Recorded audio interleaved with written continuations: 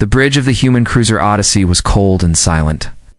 The only light came from the main screen, a giant window to hell. Commander Leo Shaw stood perfectly still, his hands locked behind his back. On the screen, the planet Sanctuary turned. It was no longer green and blue. It was a bright, angry orange, its surface glowing with fresh lava. The Xylon Dreadnought, Judgment of Takar, had done its work well. A quiet beep broke the silence. It was the final data packet from the planet. Leo had set a private alert for it. His face did not change as he opened the file. It was a short video message. The image was shaky, filled with smoke. A woman's face appeared. His wife Clara. She was coughing. Behind her, their young son Sam was crying. "Leo, they're here. The sky is falling. We're in the shelter, but..." A violent roar cut her off. The camera shook wildly. "We love you. Remember us." The transmission ended in static. Leo did not move. He did not cry. He simply closed the file. His knuckles were bone white. The air on the bridge felt heavy enough to crush a person. A new window popped up on the main screen. It was a broadcast from the Galactic Council. A tall, slender alien with gray skin spoke. Its voice was calm and without feeling. "The pacification of the human colony sanctuary is complete. The human military resistance is now effectively terminated. Their emotional volatility and limited tactical capacity have proven to be their downfall. The Xalan hegemony offers orderly assimilation." The screen split. The Xalan admiral, a creature of sharp angles and cold eyes, appeared. "Your fight is over," it said. "Stand down. Your species will be integrated. There's no other path." The crew on the Odyssey's bridge looked at each other. Some had tears in their eyes. Others stared at their consoles, defeated, had lost. Everyone they knew on Sanctuary was gone. The war was over. Leo Shaw turned from the screen. His face was a stone mask. He tapped a command into his personal console. Soft chime echoed through the ship. Every screen on the bridge flickered and turned a deep, bloody red. He opened a fleet-wide channel. His voice was flat, was empty of all the grief and rage that should have been there. It was the voice of a machine. "All ships, this is Commander Shaw. Authorization Hydra is active." He paused. The crew held its breath. "Initiate protocol, Chimera." Across the bridge, new icons flashed to life on the tactical display. Dozens of them. Then hundreds. There were signals from hidden bases on dead moons, from stealth ships hiding in asteroid fields, from weapons platforms buried under ice. A whole secret fleet waking up at once. The war they thought was over was not over. It had just become something else. And on the main viewer, a single new order appeared, tagged for the entire hidden network. It was a location. The coordinates of the Xalan flagship, Judgment of Takar. The order was simple: engage and destroy. The Odyssey's engines roared to life, pushing the crew back into their seats. They were not running, they were hunting. The Xalan fleet drifted in a loose formation. They were hunters after the kill, relaxed and confident. Their sensors showed only the scattered, fleeing human ships. It was a mop-up operation. On the bridge of the lead Xalan destroyer, the mood was calm. The gunner, a young Xalan named Cathar, monitored his screens with little interest. Then a small blip appeared. A single human corvette, the Stalwart Asterisk, turned around. It was not running. It was charging directly at them. Its engine signature flared to a dangerous, impossible red. "One ship, turning to engage," Cathar reported, almost bored. "A suicide run. Pathetic." The Xalan commander gave a soft click of dismissal. "Destroy it." But the Stalwart Asterisk did not fire any weapons. It did not try to evade. It flew straight into the heart of their formation. Just before their guns locked on, the corvette exploded. But it was not a normal explosion. There was no fireball.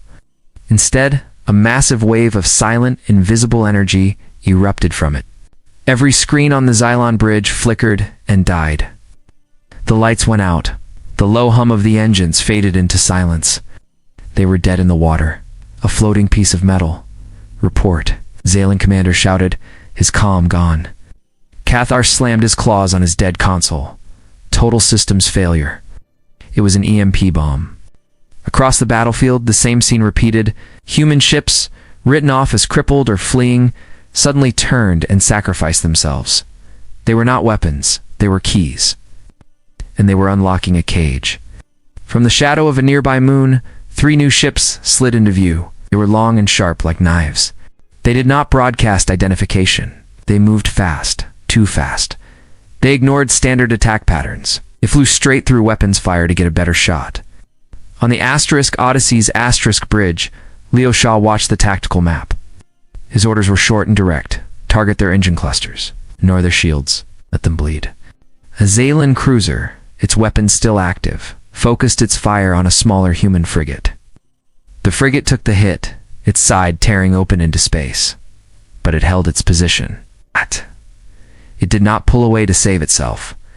It kept firing, allowing a fellow human ship, the Vanguard to swing around and hit the Xalan cruiser from its blind spot. The cruiser exploded in a flash of light. Cathar watched this on his backup screen, his blood running cold. They were not fighting like soldiers. They were fighting like a single organism. They used their own pain as a weapon. Leo's ship, the Odyssey was badly damaged. Alarms blared. But Leo's voice was still a flat, calm drone. Plot a course through the debris field. The Odyssey flew into the cloud of wreckage from the battle. The massive Xalan flagship, the Judgment of Takar followed. It was confident it could crush the wounded human ship. The Odyssey flew straight toward a large spinning piece of a broken space station. At the last second, it fired its thrusters to spin away. The Xalan flagship was too big, too slow, could not avoid the collision. The asteroid chunk smashed into its side, tearing a huge gash in its armor. For a moment, the flagship was exposed, vulnerable. The Odyssey still spinning from its maneuver, brought all its forward guns to bear. It fired at point-blank range. A barrage tore into the open wound on the flagship, ripping through deck after deck. The Judgment of TKR shuddered, then went dark, its bridge destroyed. A cheer started on the Odyssey's bridge, but died in their throats. Leo was not celebrating. He was staring at a new message that had just arrived. It was from a deep space listening post, marked with the highest priority. He opened it. His stone face finally cracked. A single, sharp breath escaped his lips.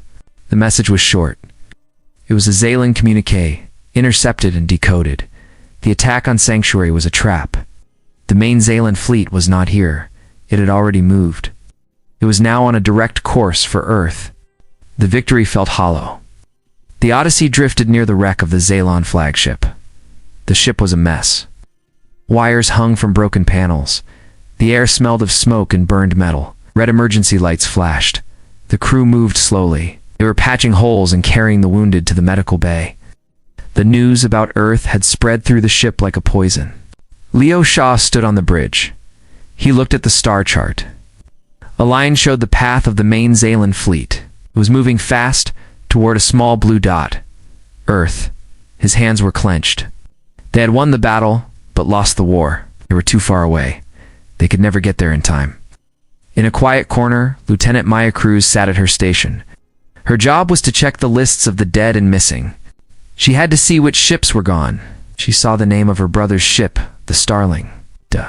The status next to it was clear. Destroyed. No survivors. Her breath caught in her throat. She reached up and touched a small device behind her ear. It was her emotion suppressor. All the crew had them. It was part of Protocol Chimera. It kept them calm. It kept them focused. It let them fight without fear or grief. She turned it off. A wave of feeling hit her like a physical blow. It was not just her own sadness. It was the sadness of the whole ship. The pain of every lost friend and family member flooded into her. She saw her brother's face. She remembered his laugh. A choked sob escaped her lips. She put her head in her hands. She could not breathe. The weight was too much. A hand fell on her shoulder. She looked up. It was Leo. His eyes were dark and empty. "Turn it back on, Lieutenant," he said. His voice was quiet but firm. "How can you?" she whispered. Her voice shook. "How can you stand it? My brother is gone. Your family. How are you not broken?" Leo looked at her. There was no comfort in his face.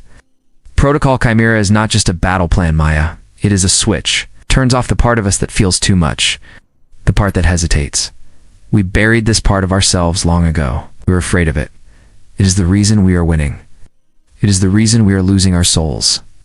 He tapped the device behind his own ear. This does not make us brave. It makes us predators. Which predators do not grieve. They just hunt. Unknown to them, a small, spider-like machine was clinging to the outside of the Odyssey's hull. It was a spy drone from the Galactic Council. It listened. It recorded. Inside its metal body, a transmitter sent every word lived to the council chambers far away. The Galactic Council watched the feed on their giant screen. They saw the broken human ship. They heard the pain in Maya's voice. They heard Leo's terrible explanation. Saw the truth of Protocol Chimera. It was not a technology. It was a biology. A dark part of human nature, unlocked. The council members were horrified. This was not a new strategy. This was a mutation, a disease of the spirit. They began to argue. They spoke of containment. They spoke of wiping out the human race before this sickness could spread. The vote was called. It was unanimous. Humanity was declared a galactic threat. The order was prepared. Every council fleet was to target the human homeworld and its remaining forces. But as the head counselor reached to send the order, the communication channel hissed with static. A new voice filled the chamber. It was Leo Shaw's voice, calm and cold as space itself. "You wanted to see what we're made of?" he said. "Don't watch the battle.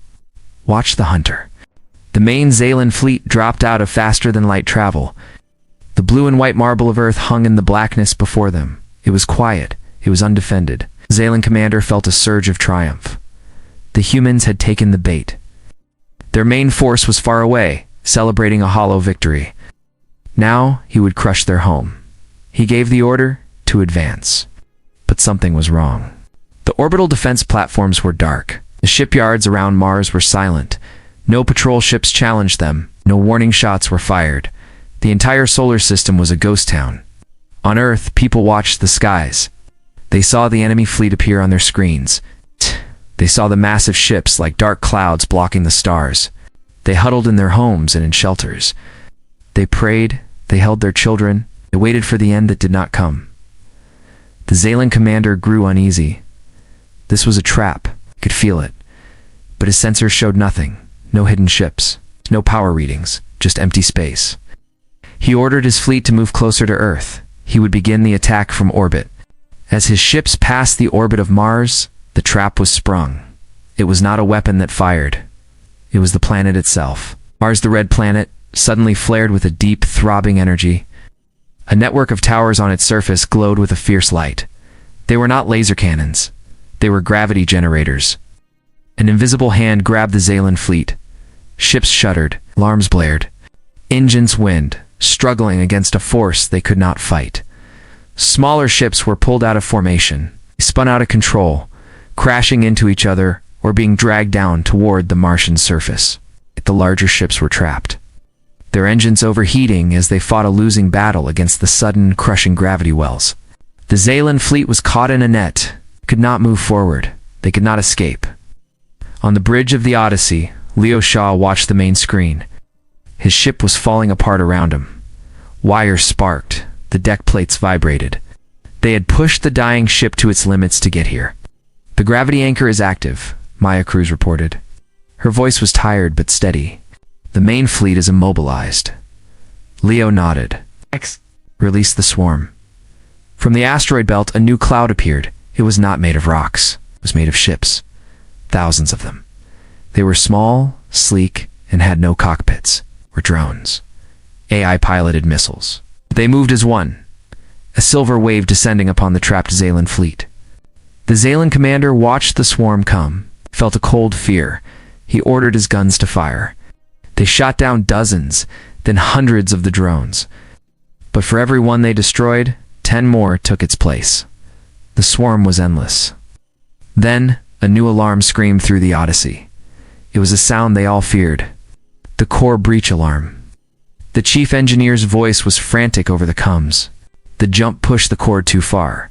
It's breaking up. We have minutes before it goes. The main lights on the bridge died.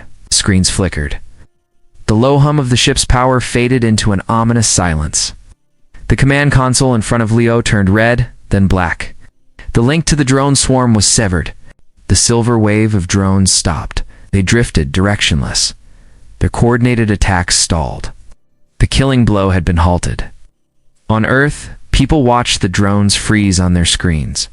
The hope that had begun to rise was suddenly strangled. The Odyssey was dead in space. Life support was failing.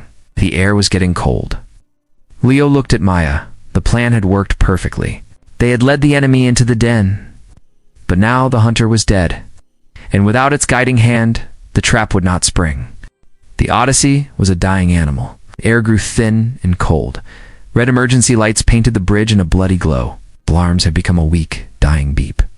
Commander Leo Shaw pulled himself up from the floor. He looked at the main screen. The drone swarm was frozen. The Xalan fleet was still trapped, but they were starting to fight back. Their guns were finding their range. The trap was failing. Maya Cruz unstrapped from her chair. She stumbled, her head bleeding from a cut. She saw the dead command console. She saw the hopeless looks on the crew's faces. "The signal is gone," someone said. "We lost them." Maya's eyes moved to a secondary panel. It was a hardline access port for the ship's core. It was meant for engineers. A crazy idea formed in her mind. Terrible idea. "The core is still putting out power," she said, her voice a raw whisper. "It's chaotic, but it's there. The signal doesn't need the computer. It just needs a brain to shape it." A living relay, Leo understood. "No, Maya, that's a one-way trip. The feedback will burn out your mind. It's already burned out," she said, thinking of her brother. She looked at Leo. "Tell my family I tried."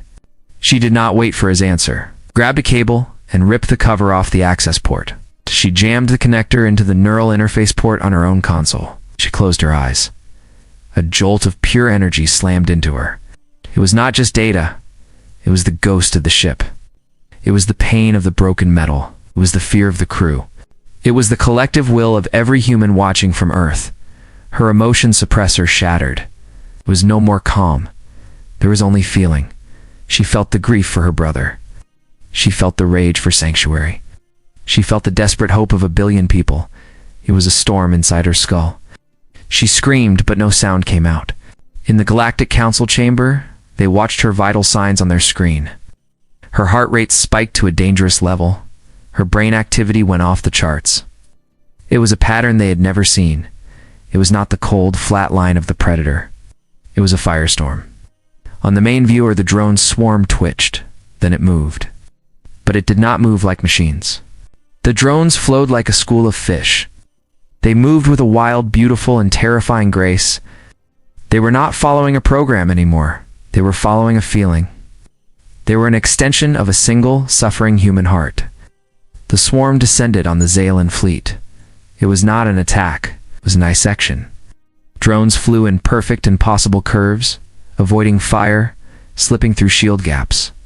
They targeted engines, weapon ports, and command towers with surgical precision. They moved too fast to track. The Xalan ships died one by one, taken apart like toys. Leo crawled to Maya's side. Her body was rigid. Her eyes were wide open, seeing nothing in the room. A thin trickle of blood ran from her nose. On her screen, he could see the last of the Xalan command ships break apart. The swarm finished its work and fell silent, drifting once more. Maya's body relaxed. She took one last, shuddering breath. Then she was still. The transmission to the council ended. The chamber was utterly silent. The war was over. Humanity was saved. A new message appeared on every screen in the council chamber. It was from the Odyssey. It was from Leo Shaw. It was not a declaration of victory. It was not a demand for respect. It was a single, simple question. "Are you afraid of us now?" The screen went black. The question hung in the air, unanswered. It was a question for the whole galaxy. And for the first time in 1,000 years, the Galactic Council had no answer at all.